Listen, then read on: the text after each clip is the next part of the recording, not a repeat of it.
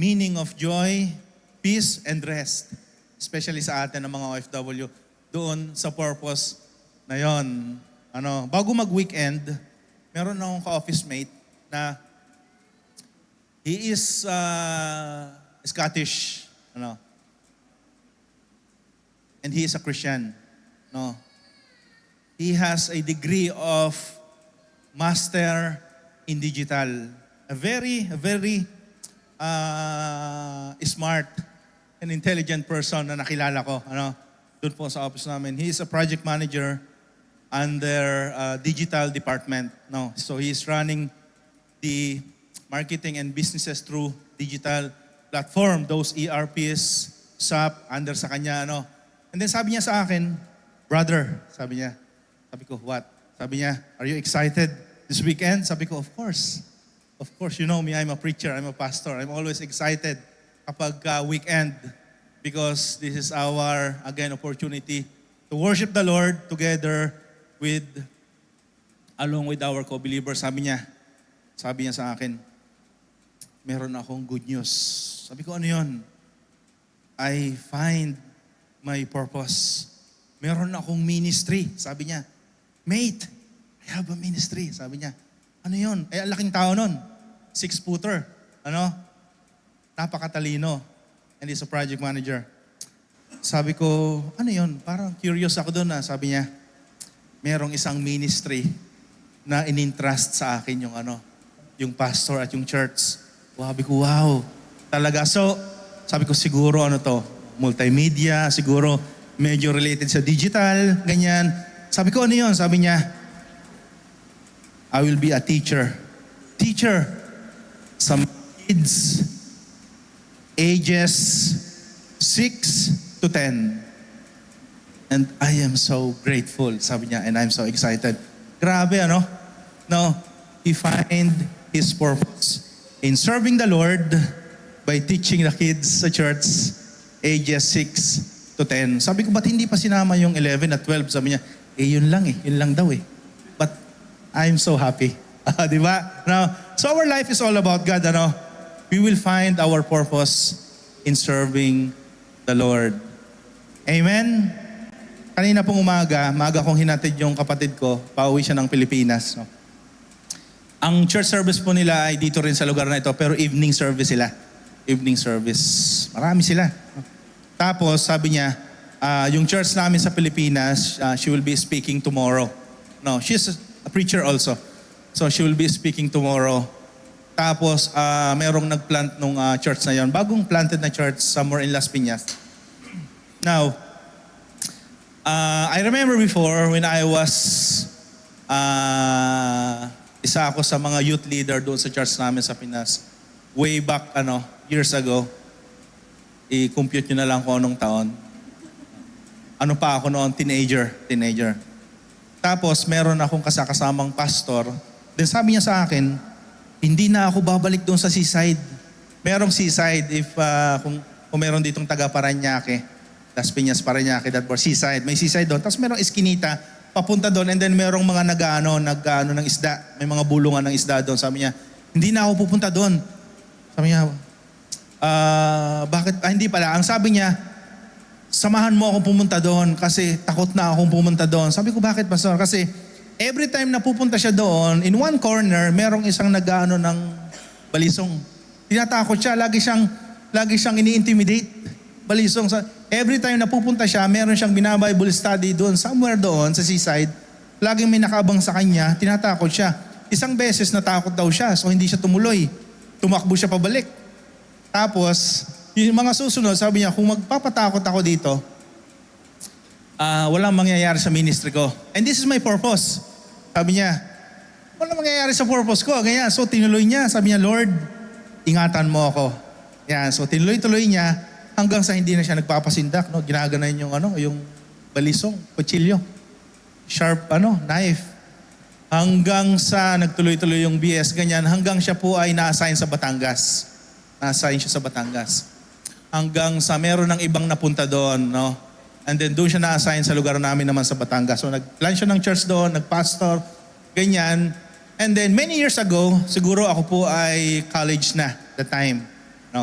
siguro mga 5, 6, or 7 years after that na nagwo-work na rin ako.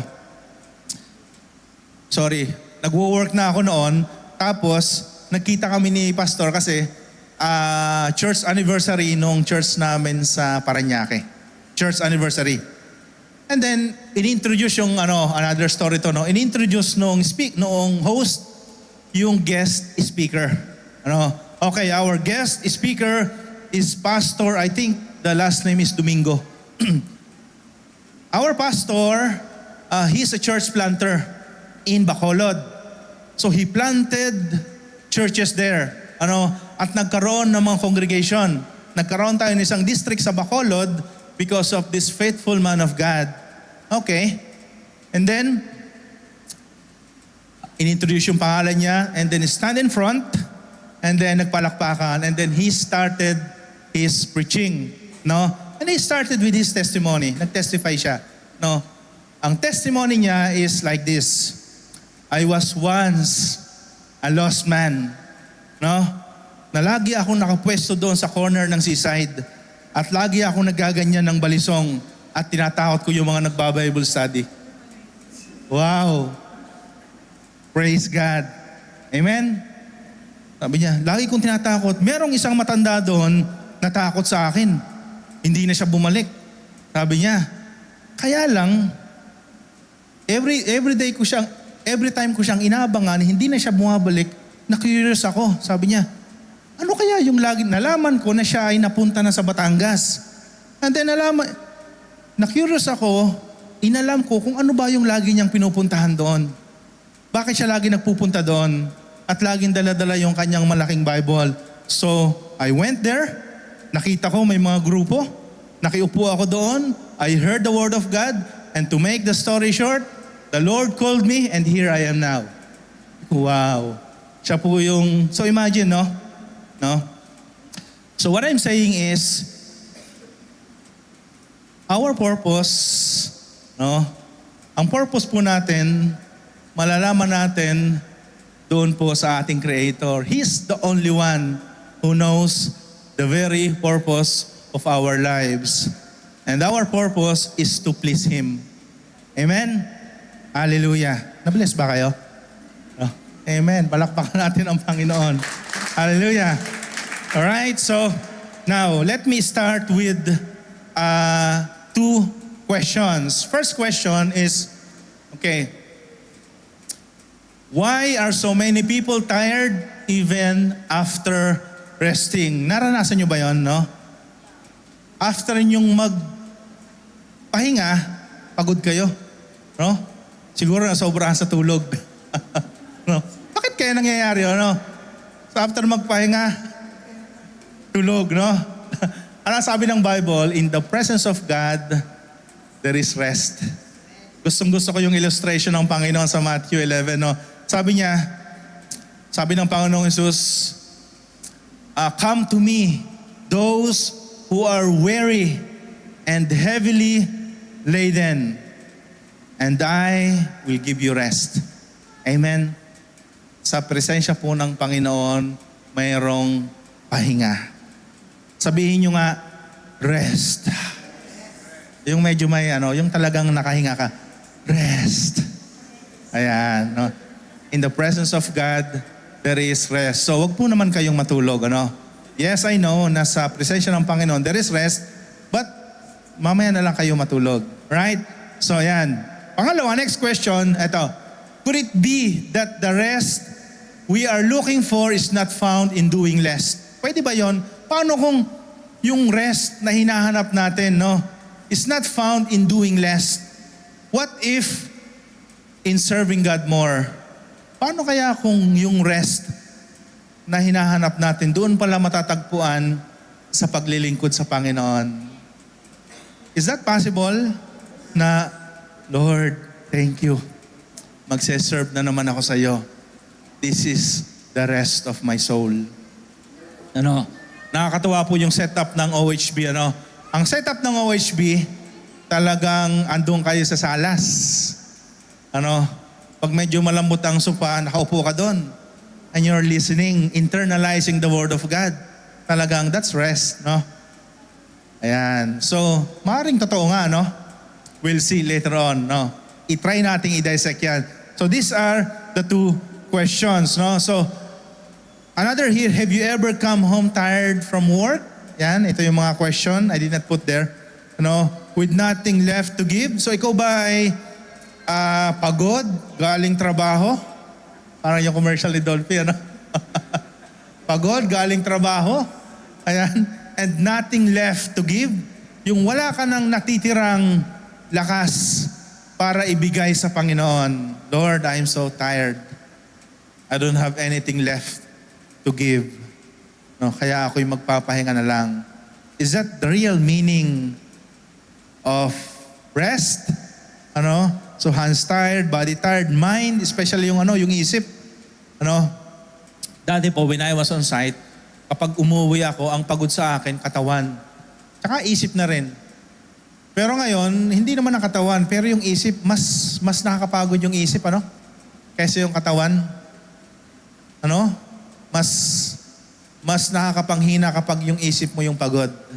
Pero kung katawan lang yung pagod mo, pero yung isip mo hindi pagod, parang meron ka pang lakas, ano? Kain ka lang ng maraming rice, eh. Back to na. Alright? Now, we will start this in a story, ano? Ito, the tired hands, ayan, the tired hands that serve God will find rest in Him. Ayun yung kanina.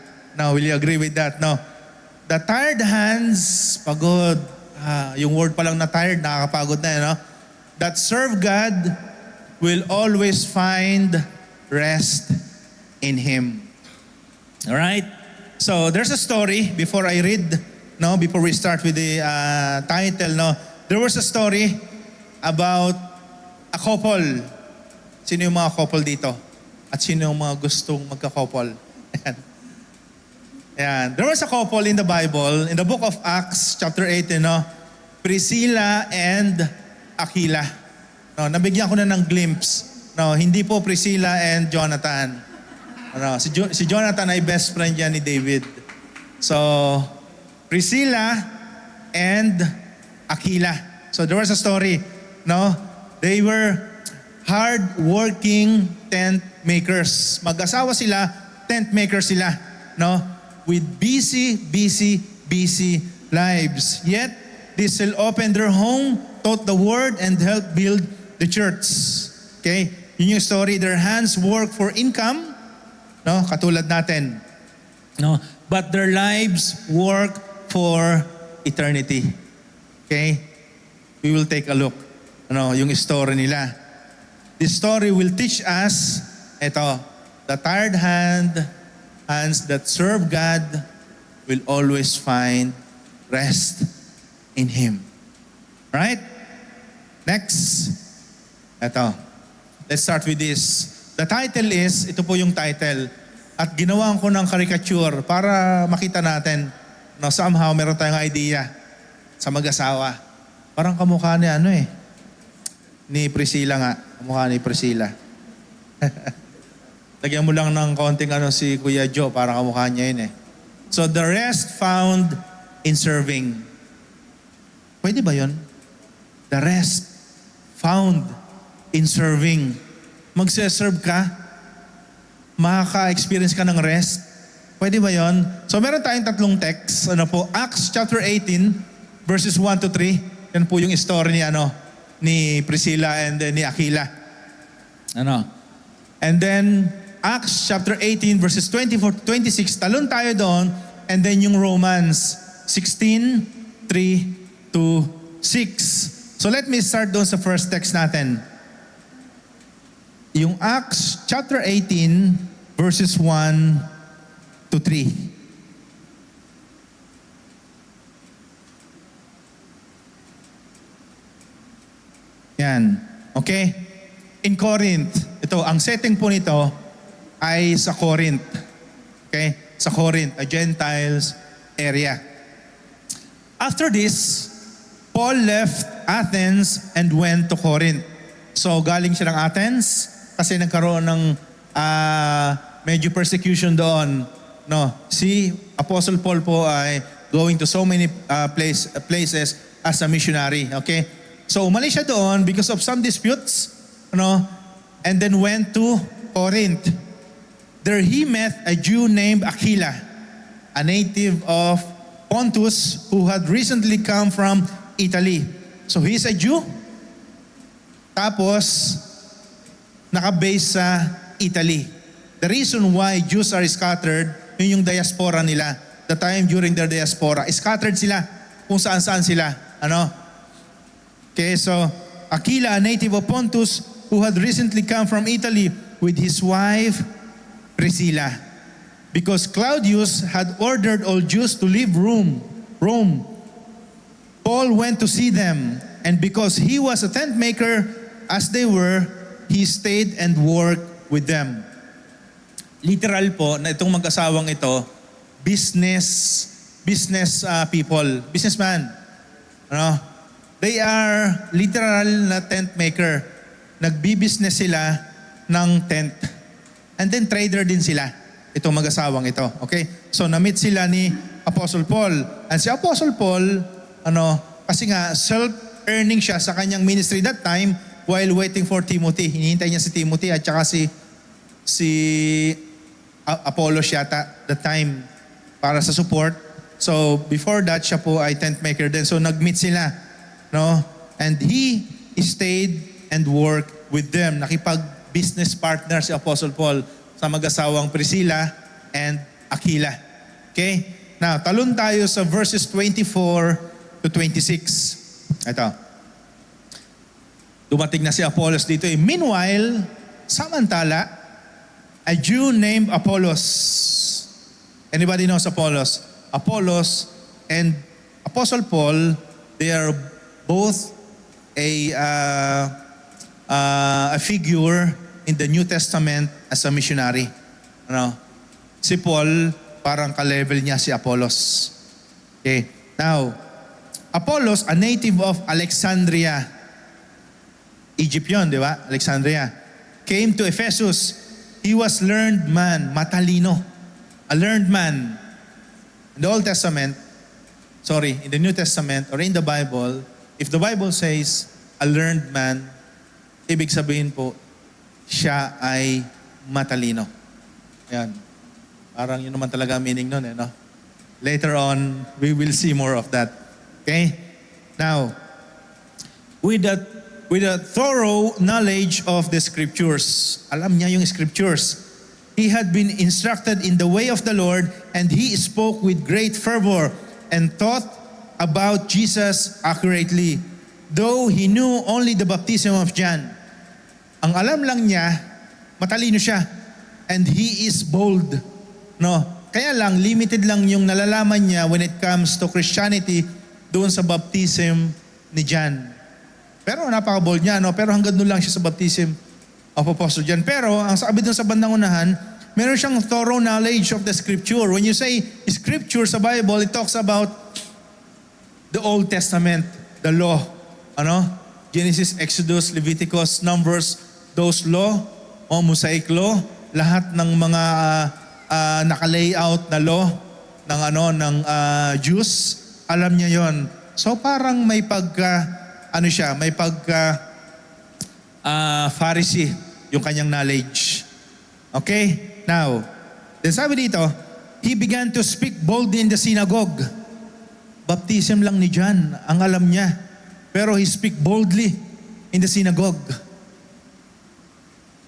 When Priscilla and Aquila heard him, they invited him to their home and explained to them the way of God more adequately. So, dinisciple siya. Matalinong tao, dinisciple na mag-asawang businessman. Ayan, doon po sa Corinth, na naging katuwang ni Apostle Paul doon sa early verses. Ang nag-disciple sa matalinong taong ito ay yung mag-asawang Priscilla and Aquila. Okay? So, he was a Jew from Alexandria, yes, a city known for learning and scholarship. Yun pala. Kaya pala yun ang introduction sa kanya. Alexandria at that time, in the country of Egypt, was known for learning. May mga universities, early universities, tapos may mga scholarship. Uso na yung dahil matalino ka, magiging scholar ka. No? And Apollos is one of the scholars. Yan. Uso na pala noon yun. Okay? So he knew about the ministry of John the Baptist and thought, certainly, ano yung ministry ni John the Baptist? Di ba? Ano siya? Parang hindi pa siya fullness ng gospel, di ba? John the Baptist was known for prepare the way of the Lord. There's a coming Messiah. Limited lang doon. So siguro sa kanyang preaching, repent kasi may parating na Messiah. Kung sino man yung Messiah, malalaman natin later on. So putol yung kanyang knowledge, ano? And then Priscilla and Aquila discipled him. Okay? Yan. After that, he became a stronger minister and greatly helped believers in Akala. He powerfully proved from the scripture that Jesus is the Christ. Sa verse 28 po, later on, andun yun. He powerfully preached the gospel about Jesus. Apollos shows that the gifted people still need discipleship.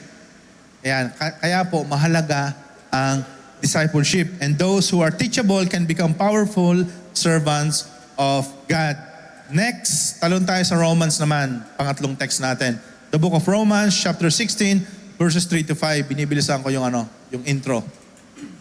Ito. Sa book of Romans, andun pa rin yung story ng dalawa. Their ministry continues. Tuloy-tuloy yung ministry ng mag-asawa. Romans chapter 16, verses 3 to 5, sabi ni Apostle Paul sa iglesia ng Roma, sabi niya, greet Priscilla and Aquila, my co-workers in Christ Jesus. I-greet niyo yung mag-asawa. They are my co-workers. Sabi dito, they risk their lives for me. Sabi doon, they risk their lives. Nawala yung verse ko dito. They risk their lives for me. Now, not only I, but all the churches of the Gentiles are grateful to them. Hindi lang ako, no? Kundi lahat ng mga Gentiles churches. Ano yung mga Gentiles churches? Yung mga churches na sinulat ni Apostle Paul. Ephesus, Philippians, Colossians, Corinthians, Romans, mga Gentiles yan, di ba? No? Sabi niya, itinaya nila. Sa ibang translation, they take risk with their neck. Sa ibang translation po, para bang nag-take risk sila ng kanilang buhay because of me. Sabi niya, kaya, not only me, but all the churches of the Gentiles are grateful to them. Bakit kaya? Ano kayang ginawa ng dalawang ito? We'll see later on. Greet also the church that meets at their house. Sa Acts chapter 1 to 3, ang sabi sa Acts 1 to 3, sabi doon, sa verse 3, and because he was a tent maker as they were, he stayed and worked with them. So meron siyang house doon sa book of Acts. And then doon naman sa Corinth, doon sa Corinth. Then sa Romans naman, ang sabi doon, greet also the church that meets at their house. Ito mag-asawang ito kung dahil sa kanilang trade, dahil sa kanilang businesses, no? Saan sila napupunta, palaging merong cell group silang nabubuo sa kanilang bahay, sa kanilang house. Kasi sabi dito, greet also the church that meets at their house. Romans na yan eh. Hindi niya sa Corinth. Greet my dear friend, Epaenetus, who was the first convert to Christ in the province of Asia. So, yung story po ng mag-asawang ito, a very short story, pero we cannot imagine the impact. No? We cannot imagine later on. Okay? Now, to start with, Priscilla and Aquila were working people. Katulad natin. No? They are working people. They earned a living, faced pressures, nag-move sila from cities to cities, and carried responsibility. No? May mga responsibility sila. Siguro may mga bills din sila. No?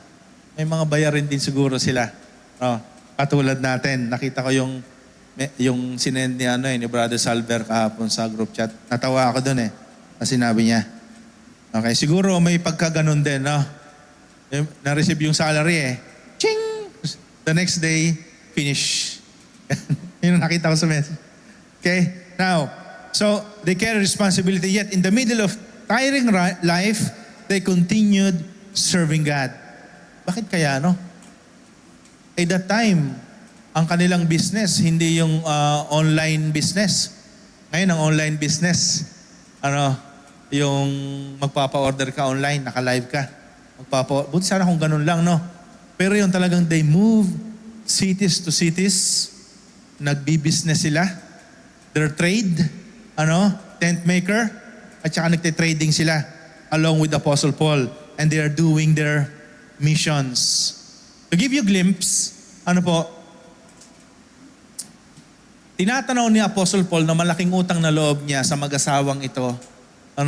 Kasi kung hindi dahil sa kanila, kung hindi nila itinago si Paul ng ilang beses, hindi po makakarating yung gospel sa iba-ibang mga Gentile churches. May mga instances na si Paul ay hinahunting, itinatago ng mag-asawa, tinutulungan, ganyan. At para kay Apostle Paul, malaki yung utang na loob niya sa mag-asawang ito. Because of them, the kingdom of God were advanced, nag-advance sa iba't ibang mga churches. Right? So, sabi dito, Priscilla and Aquila, asan na ako? Yan, they continued serving God. They discovered that the true rest is not only found in stopping. The true rest in serving with purpose. Ayan. Serving with purpose. Priscilla and Aquila were a married couple known for their close partnership with Apostle Paul and their important role in the early Christian church. So mainly nag-appear po sila sa Book of Acts. Now, rewind. Previously, we talked about the birth of the church in the Book of Acts. Book of Acts chapter 2. Doon po pinanganak ang iglesia. Kung wala pong Acts chapter 2, wala tayong church. Hindi po mag-advance yung gospel, yung kingdom of God. We might not find our purpose kung wala po yung gospel na nakarating hanggang sa panahon natin ngayon. Men, alright, so in the Book of Acts, sa Romans, sa Corinthians, then later on, last in our topic, we will take a look ano ang sinabi ng Timothy. The Book of Timothy naman is one of the last book na sinulat ni Apostle Paul. So dito mo makikita yung kanyang parang mga huling habili na ni Apostle Paul at na-mention niya si Aquila and si Priscilla. Okay?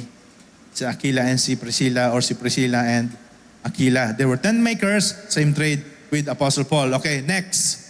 Now, imahin natin ng konti. Ano yung connection nila kay Apostle Paul? Their connection with Apostle Paul. Paul met them in Corinth after they had been expelled from Rome around AD 49, ayon sa aking research. Kasi po, very notable yung AD 49 sa Christian history. AD 49. If you will research that, it is very notable. Kasi, ang mga Christian during AD 49 scattered, especially mga Jews na naging Christian, at yung mga na-convert, because they received the Holy Spirit in the early chapter of Book of Acts 1:8, you will receive power with the Holy. Especially doon sa chapter 2, yung upper room, when they received the baptism of the Holy Spirit, naging bold sila. Empowerment of the Holy Spirit. Now, during this time, AD 49, ang emperor ng Rome ay si Claudius, napansin nila na dumadami yung mga Christian. Ang daming mga nako-convert. Nagugulo yung nila, yung culture nila. Kaya pinalayas nila. Pinalayas nila yung mga missionary. Yan. So they had been expelled from Rome, And then they worked together and became close co-laborers in ministry. Next is they later traveled with Paul to Ephesus. So yung mga missionary journey ni Paul, kasama niya yung mag-asawa na to. They are doing the business. OFW sila siguro katulad natin. No? Parang OFW. And the same is true with us.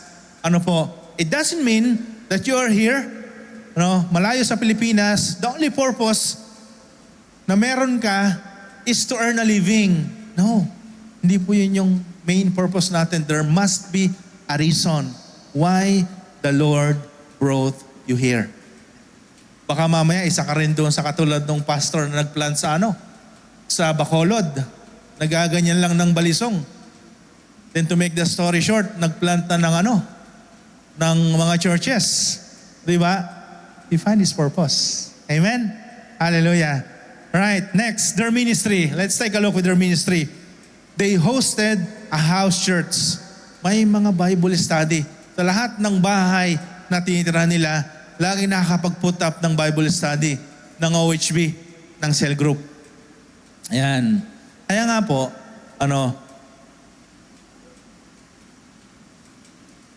this is not enough, hearing the Word of God every Saturday. Hindi nga kayo pwede magtanong sa akin kasi hindi yun yung setup ng Saturday natin We can do that, doon sa ating mga Bible study, sa ating OHB. Pero dito, Pastor, may tanong ako. Ang sasabihin ko lang sa inyo, balikan kita mamaya kasi may limited yung time natin. So wala tayong masyadong interaction. It is good, yes, we hear the Word of God here. Talagang nagbibigay sa atin ng encouragement. But when it comes to faith, faith comes from hearing. Tapos dinuktukan pa ng isa, and hearing the Word of God. Kaya po, mahalaga po sa atin yung Bible study.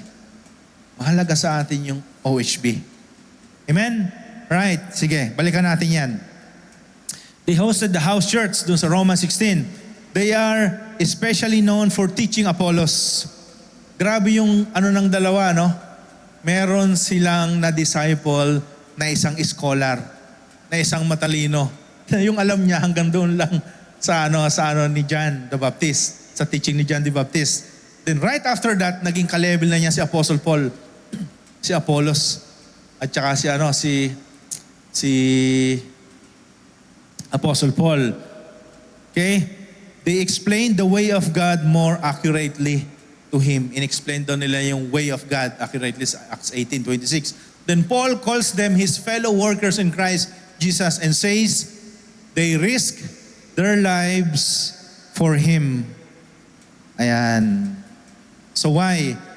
Ito pong mag-asawang ito, yung minomodel nila, they model a married couple serving together in ministry. But not limited to that. Nakakatuwa po itong church natin.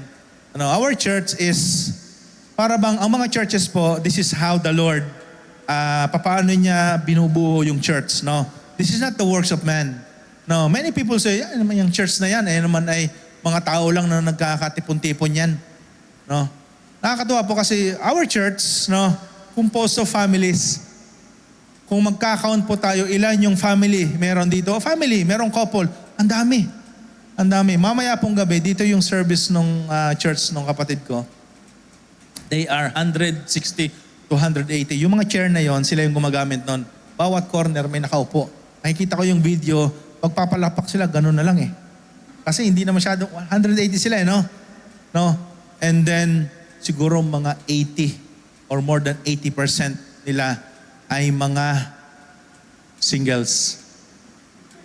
See? Ang dami.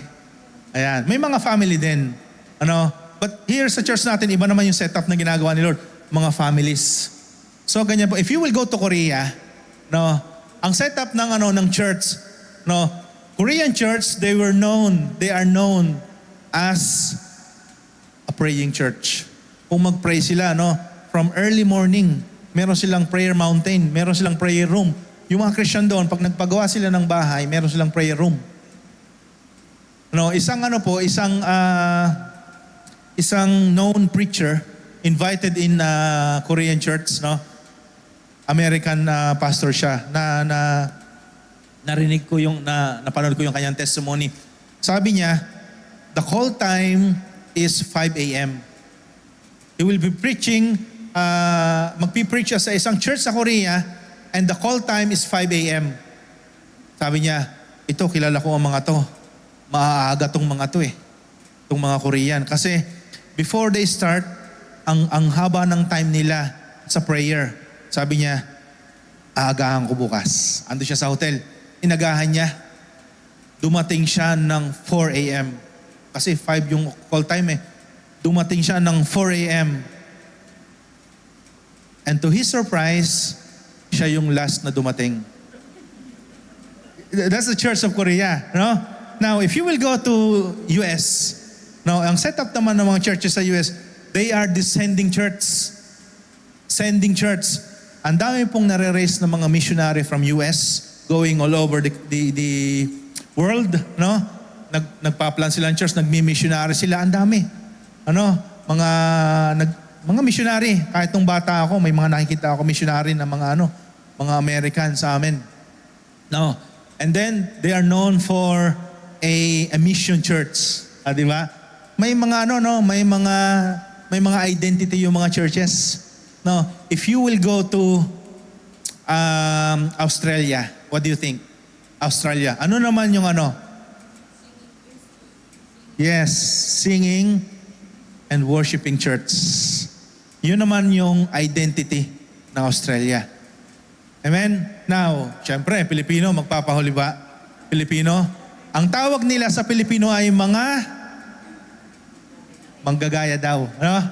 Kaya lahat ng mga yan, meron sa Pilipinas. May mga church sa Pilipinas na praying church. May mga church sa Pilipinas na family, mga single, mga worshiping. Praise God. Sa atin pong mga Pilipino, meron lahat. Amen? No, but that's what palakpakan natin ng Panginoon. Hallelujah. So that's what you will notice, no? Now, yun po yung indication. That is the proof that the church is created by the Holy Spirit. Amen? Hindi mo pwedeng sabihin, wala naman yan, church na yan. No. Because you don't know. No? Then here we are. Amen? Okay, let's continue. Now, the rest found in serving. Okay? So meron akong 3 points. Isang mabilis na 3 points. The rest found in serving. Is it possible makakapagpahinga ka in serving God? Nakakapagod yun, PJ. Nakaka-tired yun, PJ. Last week po, going to Al-Ain. Ako, sarap ng upo ko doon. Habang pinagmamasahan ko si Jerby na nagdadrive, sabi ko, sarap naman. Lord, I found rest. Amen. No namang a week before that, kasama ko yung mag-ina ko habang nagdadrive kami going to Al-Ain. By the way, nakarating ba sila dito? Parang hindi yata, Nasa baba na. Hintayin natin si Ate Maria at si Ate Mary Grace. Now, habang kami pong mag-anak ay nagdadrive going to Al-Ain, and then we pray bago umalis. Sabi ko, Lord, magdala ka naman ng mga kaluluwa doon. Ihanda mo yung puso nila. Kasi the message that I prepared is about salvation. So ihanda mo naman, Lord, yung puso nila for them to accept the gospel. So merong 3 umattend. Pagbukas ng pinto, nakita niyang si Pastor Jerome nga pala, ganyan. Yung isa ayaw pumasok. Hindi. Hindi ako ayaw niya pumasok hanggang sa napilit na siya. Okay? Na may mga tato, may mga yan. Tapos nagkukulitan pa ganyan. And they accepted the Lord as the Lord Jesus as their Lord and Savior. And then driving, aming dalawa, sabi ko, nagre-reminisce kami ng konti. When we were a bit younger, nung kami po ay mga bata pa, that time meron na akong dinadrive na kotse. Every day, nagba-Bible study kami. Every day. And we find rest. Yung pong mga naihatid ko, naghihilik na. Then doon pa lang ako matutulog. Kasama ko sila Kuya Louie. Iba-iba kami ng mga destination. Pero what I noticed is, nagbago na ba ngayon? Yun ang tinatanong ko sa sarili ko. Nabago na ba ang setup ngayon? Ano kaya yung naging difference Kasi dati, every day, meron po kaming prayer meeting sa Barsha. Barsha ha, hindi online. Ngayon po ang prayer meeting natin online. Ang prayer meeting namin ay sa Barsha. Sila, Sister Relly, and other Sharjah group, hindi po sila uma-absent. A-absent lang siguro sila kapag ka siguro nabago yung araw ng prayer meeting, hindi na ginawa Tuesday. Pero hindi uma-absent. At sinusundo po namin sila. Dati naman kasi wala pang traffic eh. Sharjah, Business Bay, Satwa, and then aaten kami. Jumeirah, sila Ate Inids.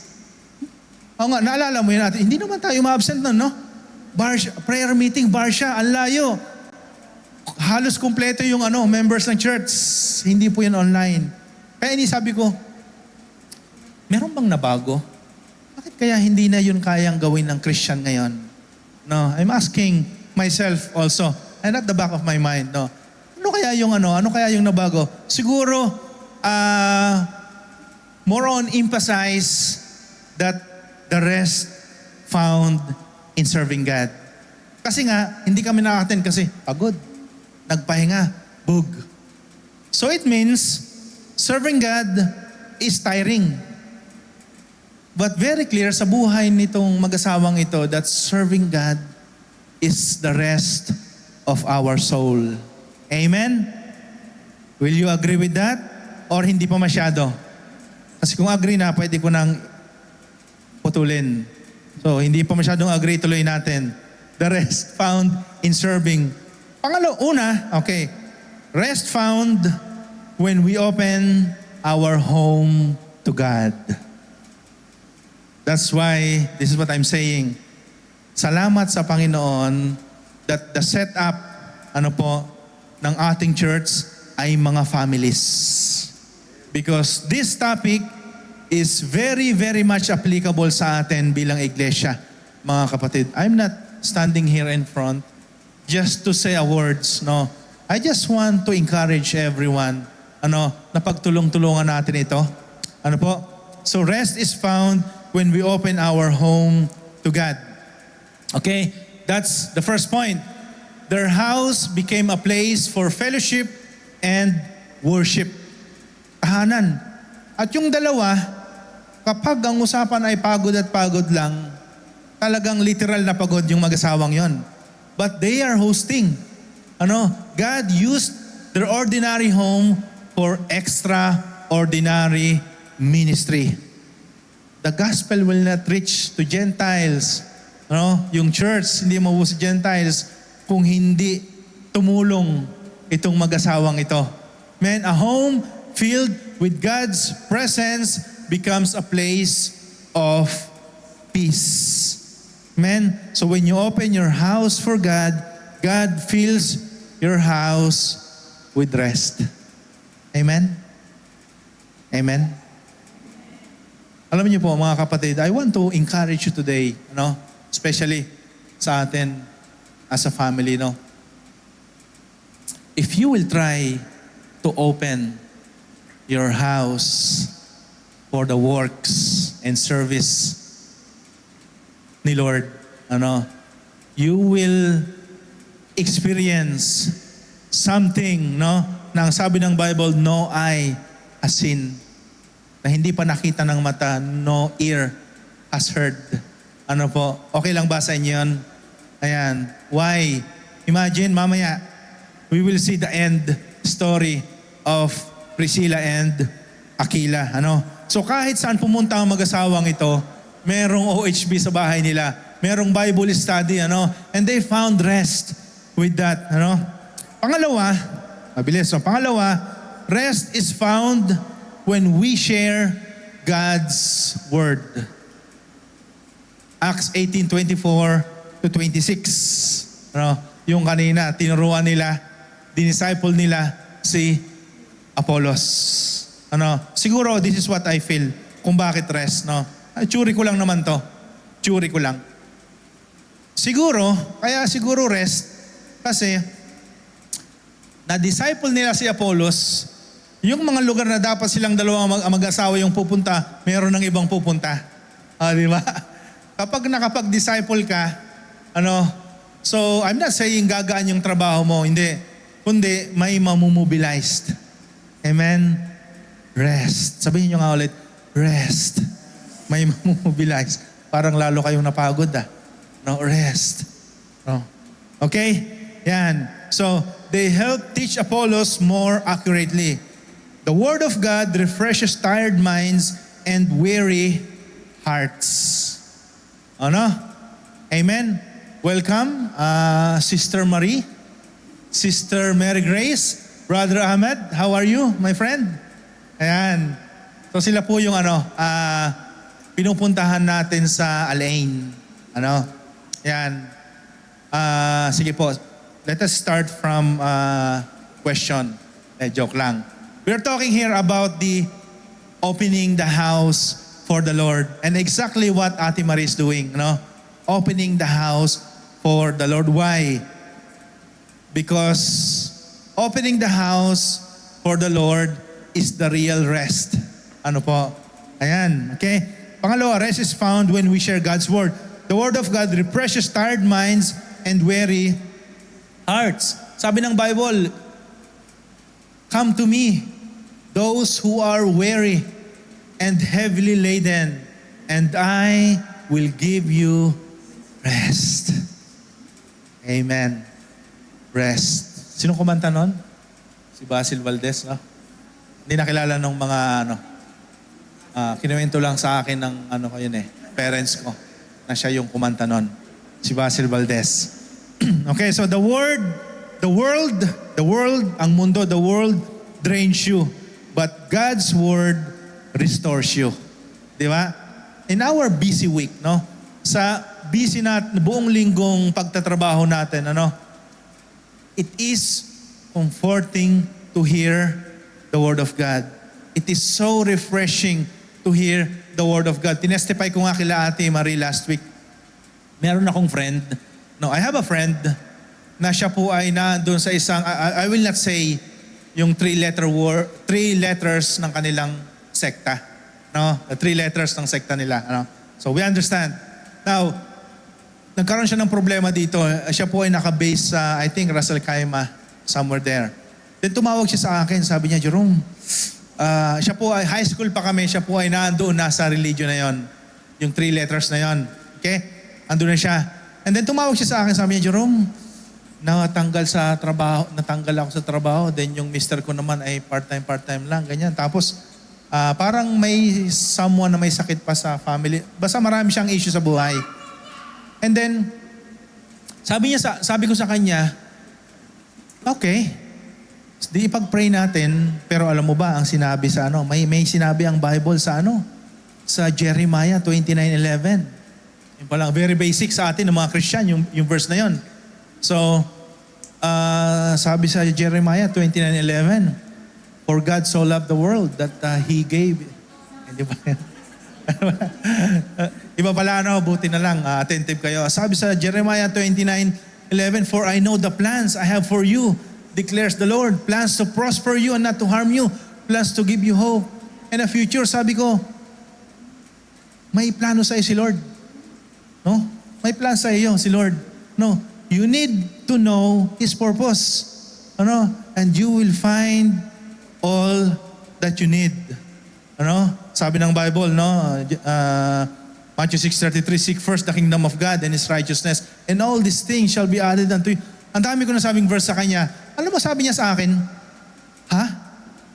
meron palang ganun sa Bible? Meron palang ganun? May pinangako palang ganun si Lord? Sabi ko, yes, meron. At yun ang itinago sa inyo ng matagal na panahon. Amen? Imagine. And it refresh her soul. Na-encourage, ganyan, to make the story short. Nandun pa rin siya. But what I'm saying is, kahit on the spot, the Word of God refreshes one's soul. Amen? Ayan.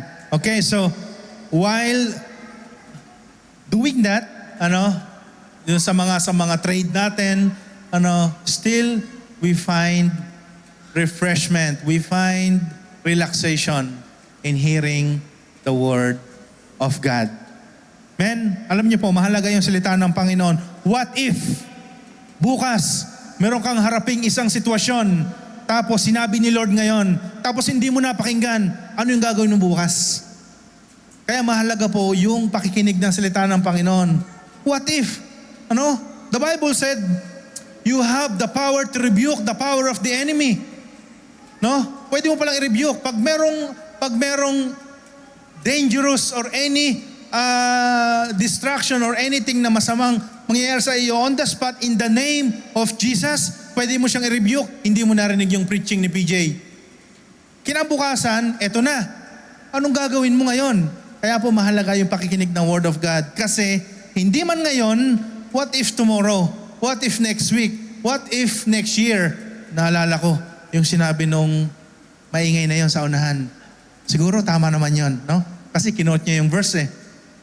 I will use it. In the name of Jesus, I pray for healing sa aking nanay, sa aking tatay. I speak restoration in the name of Jesus. Pwede pala yon. Kaya lang hindi natin narinig. That's how important the Word of God is. Amen? Amen. Amen. Brother Jet? Amen. Hallelujah. Praise God.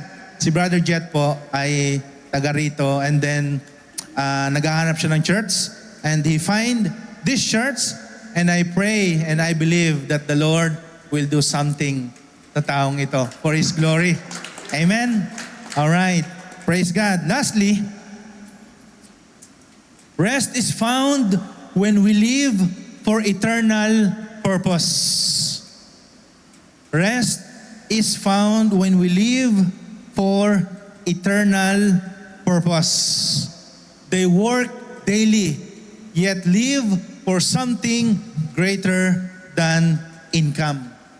Yung kanilang trade and businesses ay secondary. The most important for them, is yung ginagawa nila for eternal purpose. Okay? Yung purpose ng Panginoon. Their labor had meaning because it was connected to ministry.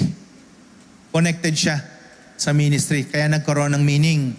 A tired body is lighter when the soul has purpose. It is lighter when the soul has purpose. Ayan. Next slide. Sabi diyan, work for money feeds today. Ayan. Work for money feeds today, of course, to earn a living. Lahat ng ating pangangailangan, no? But service to God impacts eternity. Amen? Last week po, we study about the hell. Doon po sa Alain, we talk about hell, no? Totoo po ang impyerno. The same level po ng pagkakaalam natin sa heaven, we should have the same level of knowledge when we talk about hell. Kasi po, pareho silang totoo. No? Wag po natin gawing totoo ang heaven, pero we avoid teaching hell. No? Totoo po siya. We need to understand that all of us, when we accepted Jesus Christ as Lord and Savior, ang sabi ni Lord doon sa kanyang right side, ang sabi ng tao sa right side niya, when they were hanged on the cross, sabi niya doon sa kanyang kasamang nasa left side, pinangalanan yung dalawang yun, si Jesus daw tsaka si Barabbas, but we don't know the names. Sabi niya, sabi nung nasa kaliwa, kung ikaw ay Diyos, iligtas mo ang iyong sarili, then pati na rin kami. Ang sabi naman nung nasa kanan, hindi ka ba nahihiya sa sinabi mo? Tayong dalawa, dapat lang sa ating mangyari to kasi tayo ay pusakal.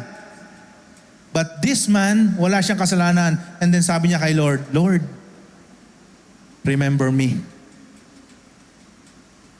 Kapag naghahari ka na, alalahanin mo ako. When you're in paradise, remember me. Ang sabi ng Panginoong Jesus, right now, you will be with me in paradise. Rest. Rest, no? Right now. Hindi niya tinanong, teka muna, pray after me. Hindi ano? Hindi niya sinabi na, oops, alam mo ba yung 16 fundamental truths? Walang ganong, teka lang. No? Sino ang sumulat ng Book of Acts? Hindi. Saang church membership ka kabilang? Ang sabi lang ng Panginoong Hesus, right now, you will be with me in paradise. Oh. Now, no? How we will respond doon sa gospel. That's how easy it is to share the gospel. Then how we will respond? No? Do we need to wait na tayo ay mahang sa cross? No? Lord, dito na ako sa cross. It's my chance, Lord. Opportunity para i-share ko yung gospel. No. This is the time. Ayan. So, work for money feeds today, but service to God impacts eternity. Eternity po ang katumbas niyan. No? If someone, I remember, merong isang grupo ng mga nagtatrabaho sa elevator na Bible study namin noon, those days, sa Business Bay. Sa grupo sila. No? And then that night, we shared the gospel. They accepted the Lord Jesus as their Lord and Savior. The next day, nag-swimming sila sa Jumeirah. Namatay. Yung isa. Namatay. He accepted the Lord a night before. No? Siguro, paano kung hindi, ano? Sayang. Di ba? Kaya po, service to God impacts eternity. Eternity. So wala pa naman tayo sa ganung eksena, no? But it's good to know, no? Okay? So, ayan. So, as an OFW, nakaka-relate po tayo. Pwedeng tumayo tayo lahat. No? We are about to end this service.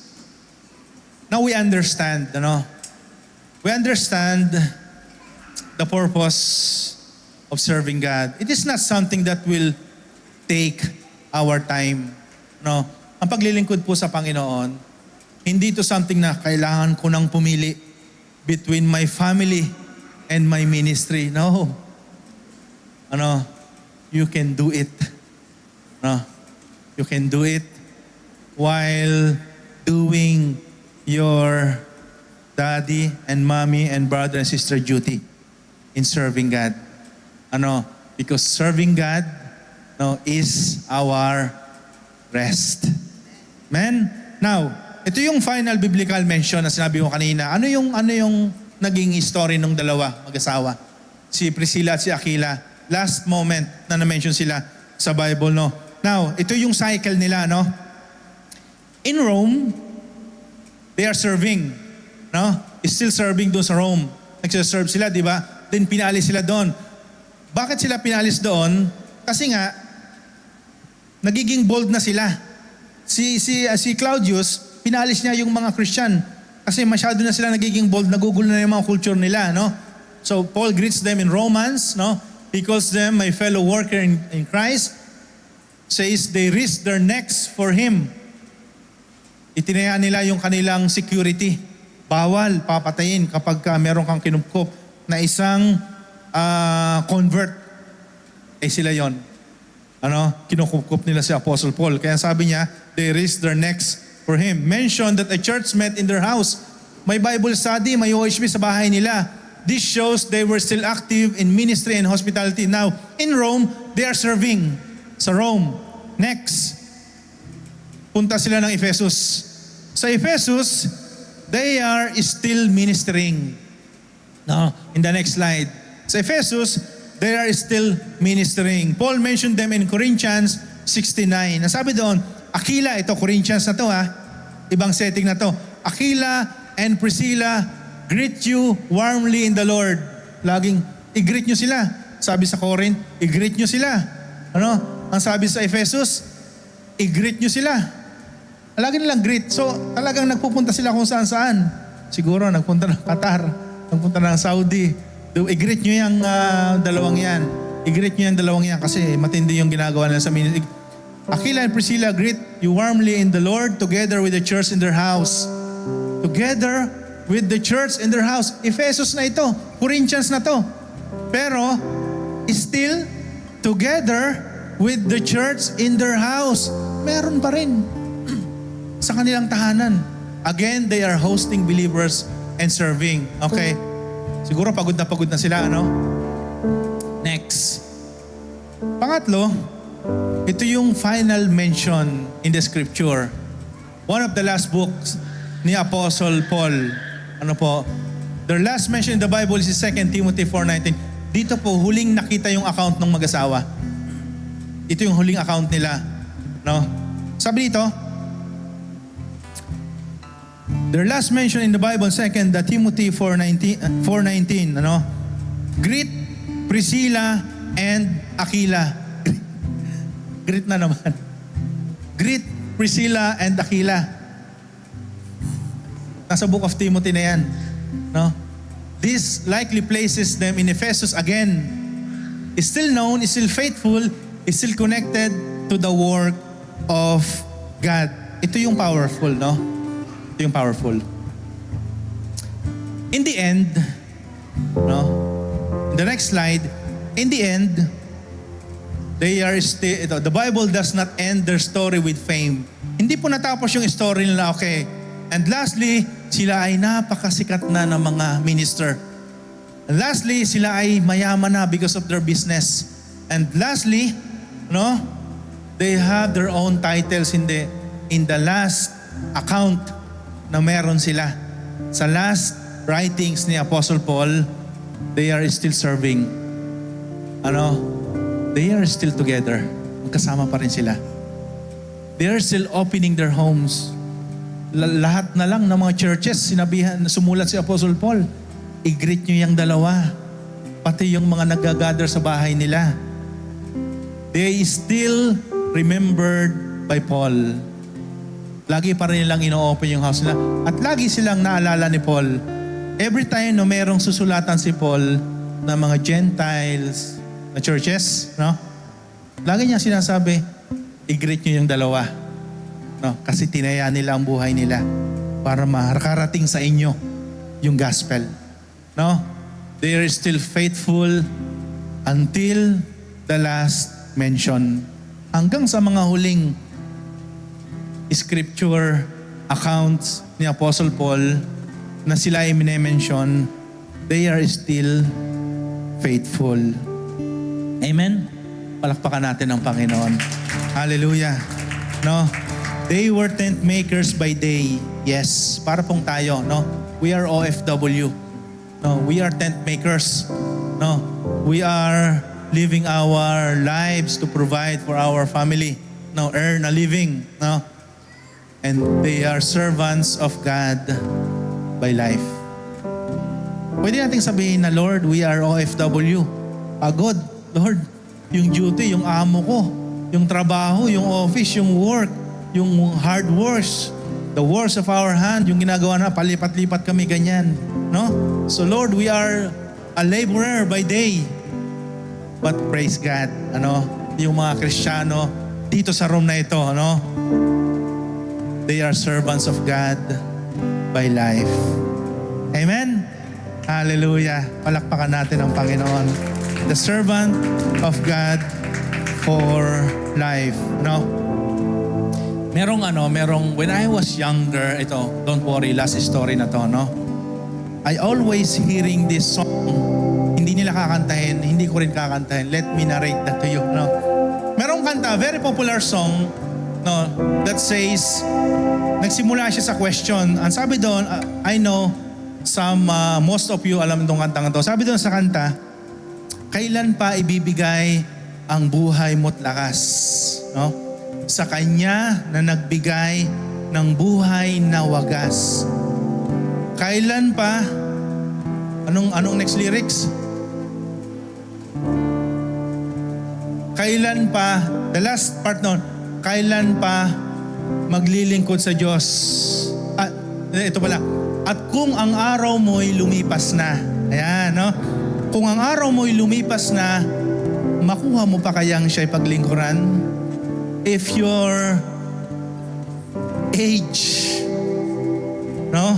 If your life, no? Yung lumilipas, tumatanda, no? Makuha mo pa kayang siya'y paglingkuran? No?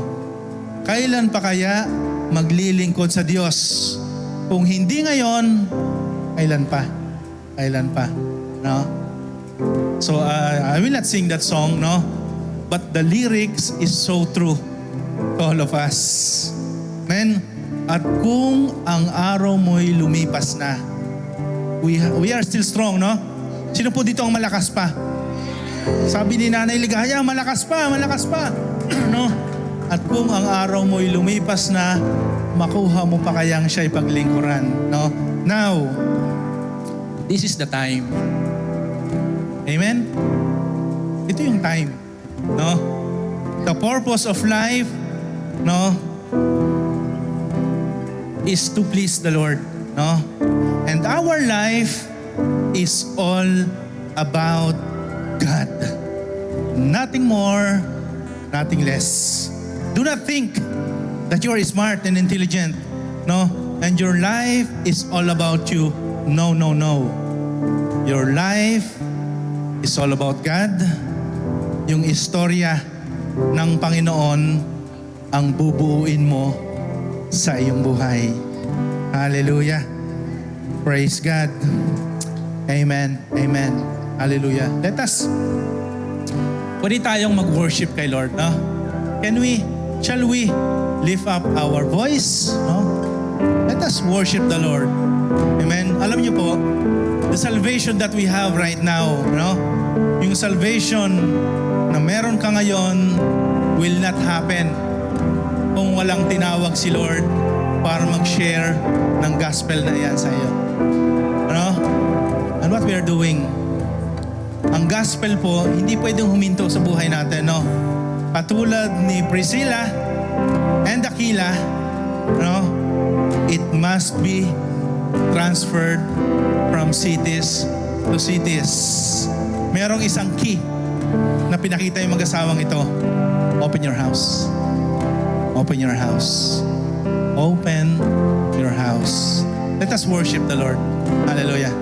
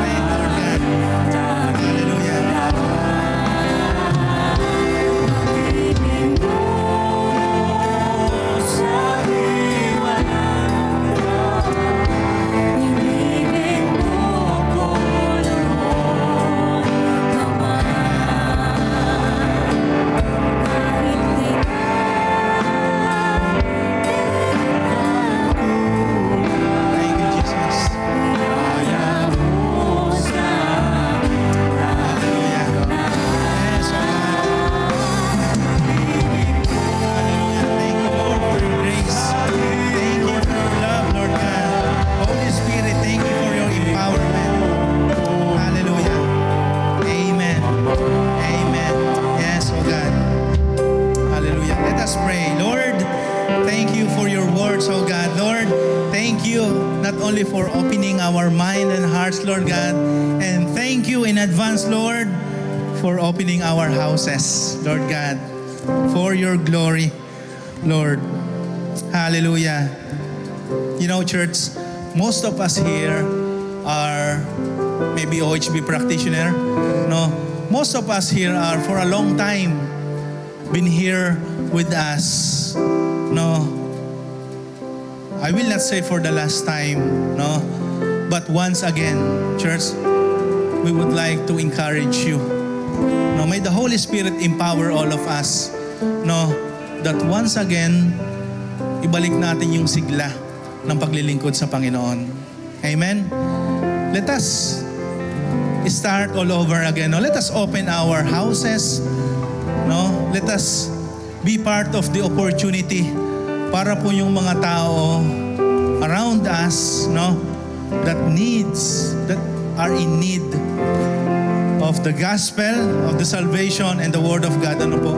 Katulad natin, no, na ma-experience ang kabutihan ng Panginoon. No, go and serve like Priscilla and Aquila, no, not for recognition, no, not for position, but for Christ. Amen. Hallelujah. And may we discover the truth, no, dito po sa journey na ito, no, that the tired hands that serve God will always find rest in Him. Ito pong mga kamay na ito na pagod na, no? Itong mga kamay na ito na ang daming ginagawa. Itong mga kamay na ito na going from cities to cities, no? Itong mga katawan na to, kamay na ito na sometimes you say, Lord, parang laspag na ako sa work na to ah. That's not the purpose. Ano? Ito pong same hand that we are using to earn a living is the same hand na gagamitin ng Panginoon for His greater purpose. No? Serving God where we'll find our rest. Salamat Panginoon sa iyong kabutihan. Lord, kung sino man po dito sa lugar na ito, Panginoon, that are willing, Lord, at hinihipo mo, Panginoon, at kinausap mo sa oras na ito, Lord God, to open their places, their houses, their homes, Lord God, for your glory. Father, in the name of Jesus, ngayon pa lang, Panginoon, Lord, cover their places with your most precious blood.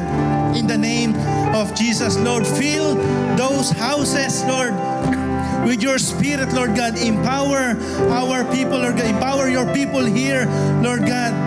Through your Holy Spirit, Lord, in the name of Jesus, gamitin mo yung bawat family, gamitin mo yung bawat magkakaibigan dito, gamitin mo yung bawat isa, Panginoon, sa lugar na ito for the advancement of your kingdom.